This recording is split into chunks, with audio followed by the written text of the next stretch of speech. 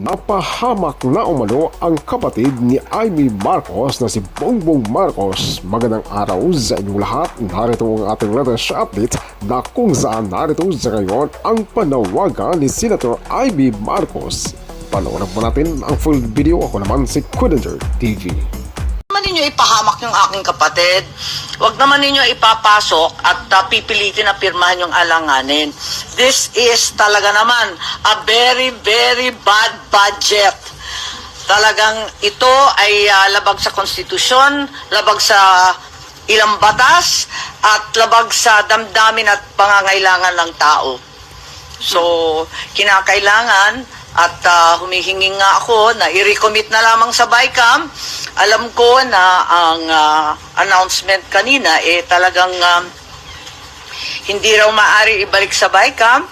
Nais ko lang ipaliwanag na pwedeng ibalik sa BICAM. Ang liwanag ng utos ng ating konstitusyon. Bakit nasa 900 billion lang yan, samantalang yung DPWH nasa 1.1 plus trillion. Nakakakaba Kaya nananawagan ako, mas kabisado niya yung ating konstitusyon. Huwag naman ninyo ipahamak yung aking kapatid. Huwag naman ninyo ipapasok at pipilitin na pirmahan yung alanganin.